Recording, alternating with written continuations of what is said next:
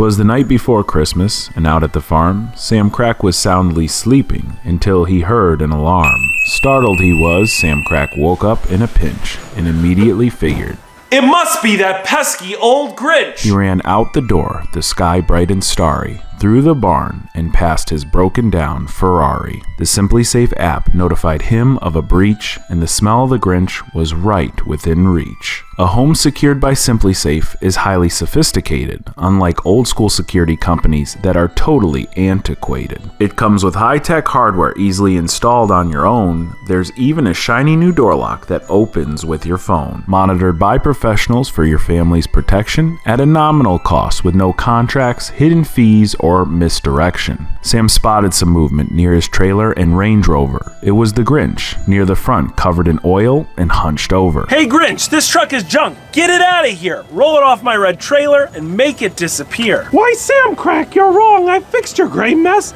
I ripped out the BMW engine and installed a brand new LS. Sam Crack was in disbelief. It was too good to be true. Then he immediately woke up from his dream with a messy hairdo. Wow, what a strange dream. If only our Range Rover did get an LS swap engine, it might then be as reliable as a Simply Safe security system. Now, I've had Simply Safe installed for over a year now, and I personally believe it is the best and most intuitive system that is available on the market today. And I really encourage you guys to check them out at simplysafe.com/samcrack, or just click my link in the description box below. And I want to give them a huge thanks for their channel support and for sponsoring this video. Can a $25 bottle of Fix-in-a-Can repair a blown head gasket that would potentially cost over $3,000 at the Land Rover Service Center? When I brought this Range Rover back from auction and found its blown head gasket, that is the first question that popped in my mind. I've always seen these cheap fix-in-a-can solutions, but I never thought much about them, and the professional mechanics I've spoken with tend to agree. We anxiously poured a bottle of Head Gasket Sealer in the car last time, fired it up, and then experienced a massive oil line failure. I called the Range Rover dealer, and they want $150 for this line, and it would take a week to show up. Since we're working literally out in the middle of a field, I came up with the perfect shade tree solution. I hooked up a Dremel with a cutting wheel to my portable power source, cut the metal portion of the line, used a couple feet of high-pressure power steering hose, slipped it in place, double clamped it, and crossed my fingers. We've refilled the Range Rover with oil. We repaired our hose. We've connected both our coil packs back up. And most importantly, we pulled fuse 18. Now, I expect the car to start up. If this gushes oil, I'm calling it. I don't think it's worth fixing this car. Let's see what happens.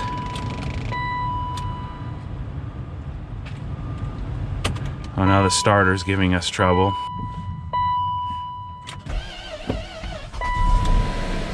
All right. Idling pretty good. Let's check our oil. We're leaking something. I'm hoping that's just water. Come on, just be water. Water's okay. That's our water. We gotta turn our heater on. We're leaking a lot of water. But that is all right. This is shaking pretty good here. What I want to do really quick is check our oil levels. Let's just shut this off really quick and just check our oil level, because we could be slightly low on oil. Yeah, looks like we're a little low on oil still. I'm gonna fill it up a little bit more and then we'll give it another go around. This is how many jugs of oil we have used so far, between draining it and then losing it and then draining it, and now we're putting in some more. It was letting out quite a bit of oil whenever we'd start the car up here.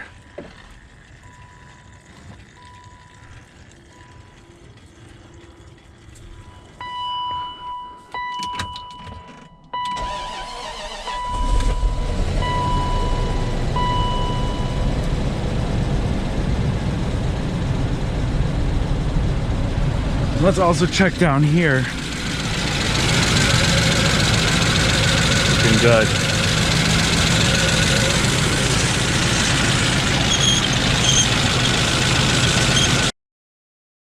Something totally independent of everything up front that we just repaired.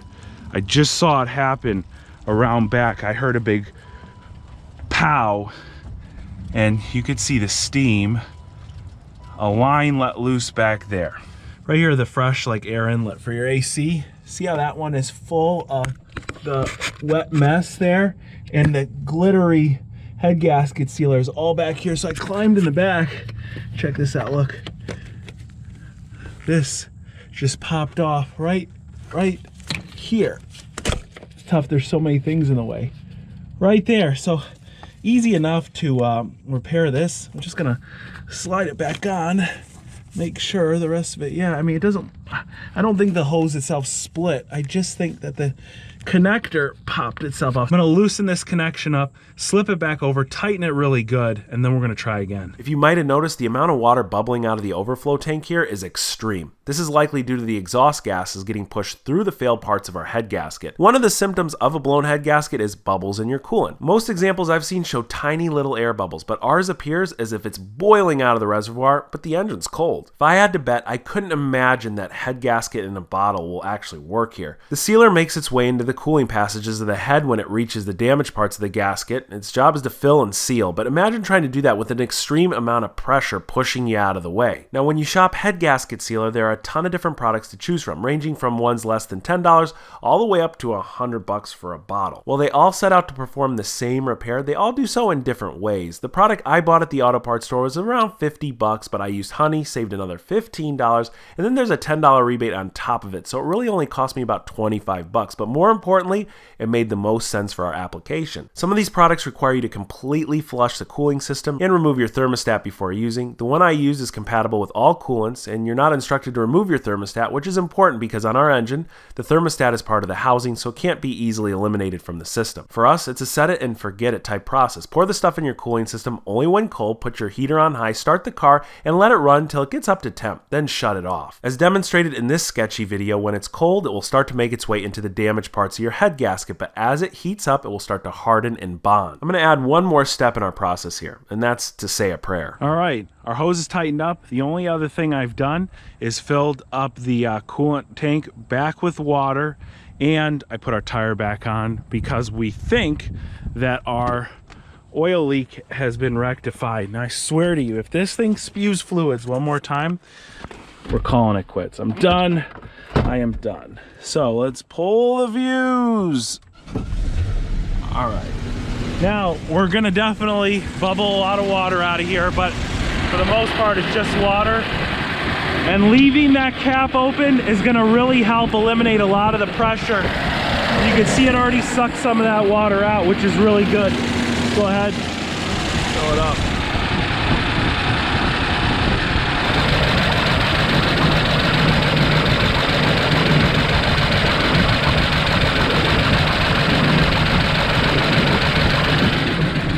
Let's see our temperature. Oh, here's our smoke coming out of the back.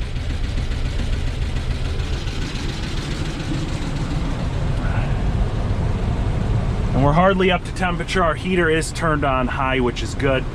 Let's see here. Nothing yet.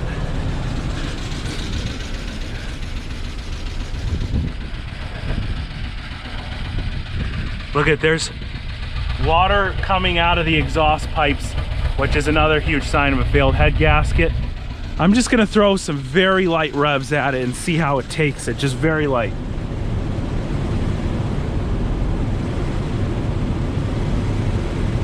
It's not taking it very good. It's really misfiring poorly. And that's, I'm guessing, because oil has gotten into the spark plug at this point between running it yesterday. There we go. It's working a little bit better.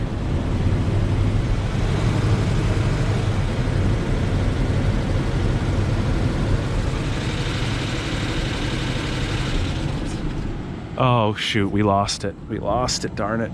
Let's see here. I read that if you keep the keys in the ignition, you shouldn't have to pull the fuse again. Let's see. Yes.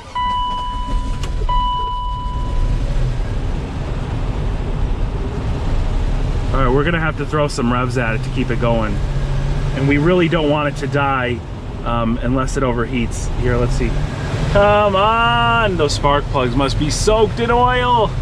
Look how much water we're losing out the tailpipes. That is not just a little bit of water. That is a lot of water.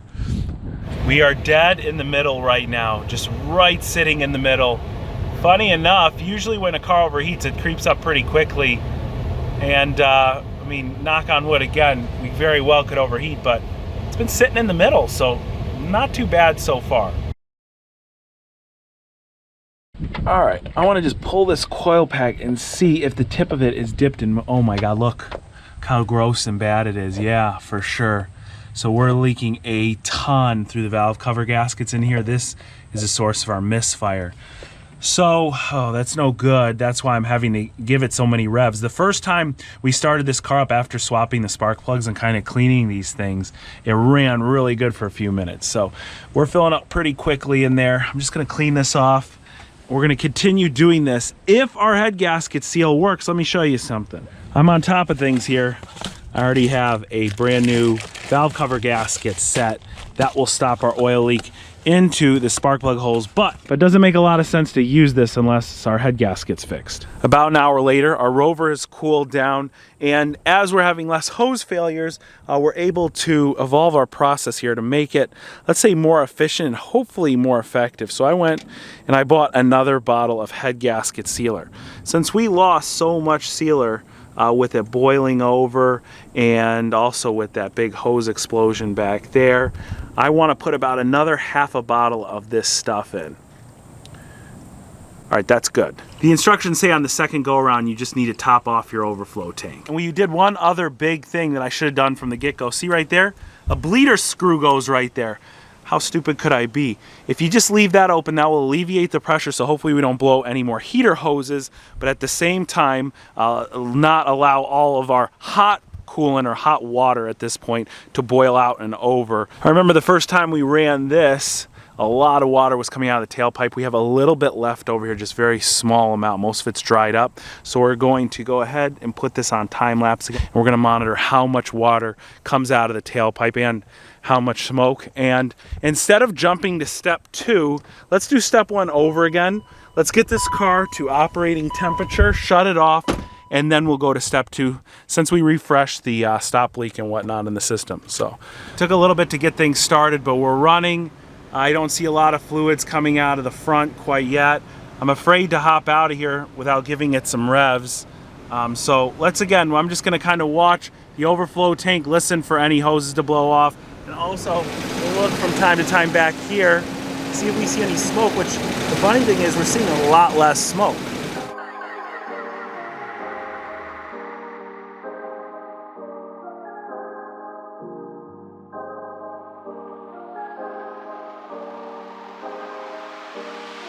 Guys, it's been a little while. We're still not overheating, but I'm gonna slowly take my foot off the throttle and see if we die out. Yeah, darn it, we died out.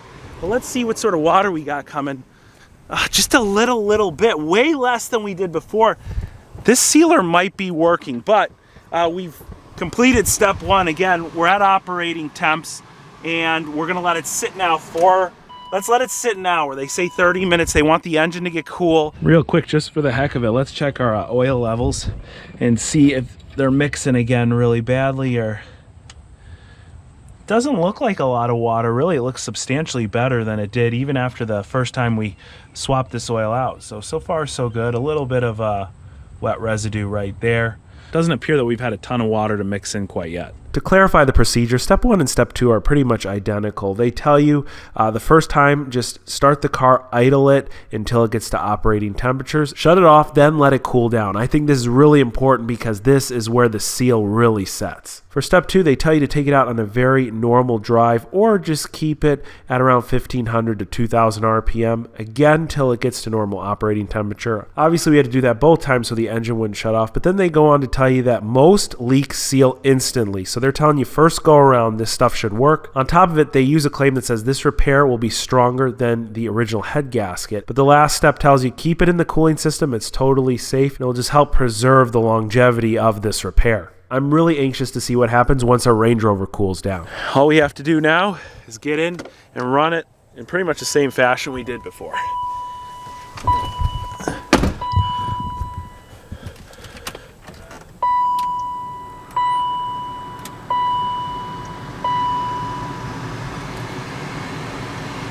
That is if it would start up for us.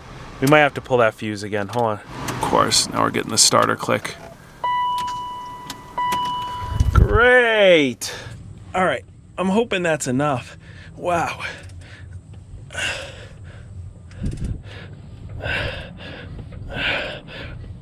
If it doesn't turn over now, it's probably not going to turn over until we replace the starter. Let's see.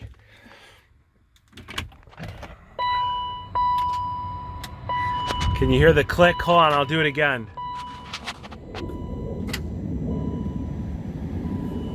Yeah, it's a bad starter. I've tried everything and I just can't get the Range Rover to start anymore, but that's a really good sign, and I'm almost positive our head gasket sealer worked. Now hear me out. I've already diagnosed the Range Rover to have a weak starter, but it worked most of the time. If you listen to a crank though, it sounds really, really weak every single time it turns itself over. And recently when it failed to turn itself over, I took the car to my friend Mike and he put a breaker bar with a socket over the crank pulley and turned it a little bit. Then we went, turned the key in the ignition, and the car started up again. When he turned the crank pulley by hand, he mentioned how little resistance there was. So much so, I tried it myself, and I found the same exact thing. It felt like you were just turning over a regular pulley that spins. If you've ever turned an engine over by hand, there's resistance due to the compression stroke. When you turn it, it gets tighter and tighter and tighter, and then when it finishes the stroke, you'll feel it loosen up a little bit, but it's just a little bit. There's quite a bit resistance, and you need to use a breaker bar in order to turn it over. Otherwise, it's near impossible just with like a hand wrench. But I'm telling you, before it was loose, you could turn it over. And the first thing I tried to do to get it to start is what I just told you we did the first time it worked, crank it over by hand. And when I did, there was resistance back when I turned the crank pulley. You could feel it. It was not easy. And remember, our starter is weak. Clearly, it could turn the motor over before because we had a loss in compression as proven by our compression test. Combine that with the last time-lapse footage, there's basically no smoke, whereas when you run it before, it was a constant, steady stream of vapors. All the results we've experienced today have blown my mind. I was preparing to tell you guys that we're just gonna drive it right back to the salvage auction, but we've experienced so many positive results here, we can't do that. We gotta go a little bit further. We're gonna throw a starter in it, we'll replace the valve cover gaskets, and then we're gonna run it and actually drive the car off the trailer and down the street and see how well it fares. I've been feeling pretty pessimistic about this car since I brought it home, but all that's changed right now. And if you feel the same way, be sure to hit that like button. Also, if you're not already following me on Instagram, where I've been posting updates about the Range Rover, just go right here and click the link down in the description box. I gotta give a huge thanks to each and every one of you for watching today, and I'll catch you very soon.